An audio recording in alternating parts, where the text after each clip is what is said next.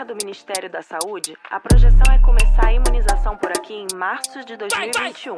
Eu acho que a gente encara isso com muito otimismo, com a certeza de que nós vamos ter vacinas.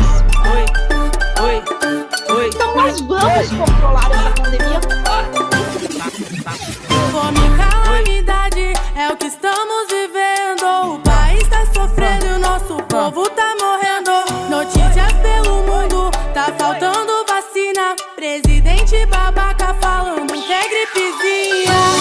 O desespero tomam conta das famílias. Mais de 3.000 pessoas estão morrendo por dia. Notícias na TV, a pandemia avança.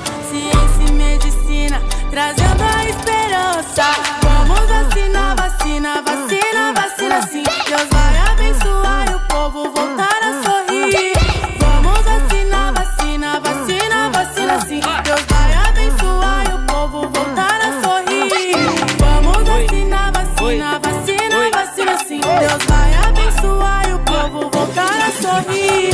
Vamos vacinar, vacina, vacina, vacina sim. Deus vai abençoar e o povo voltar a sorrir. Ignorou completamente as orientações de isolamento social.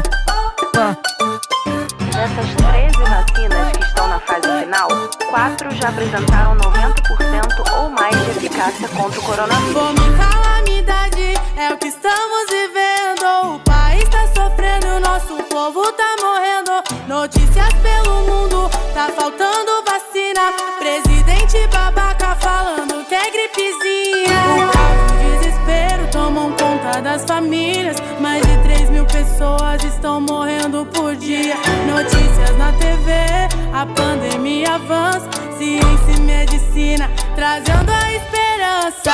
Vamos vacinar, vacina, vacina, vacina sim. Deus vai abençoar e o povo voltar a sorrir.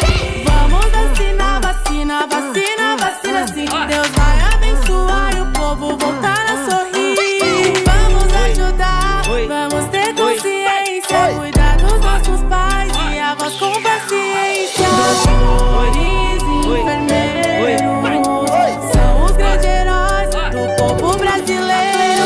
Vamos vacinar, vacina, vacina, vacina sim. Deus vai abençoar e o povo voltar a sorrir. Vamos vacinar, vacina, vacina, vacina sim. Deus vai abençoar e o povo voltar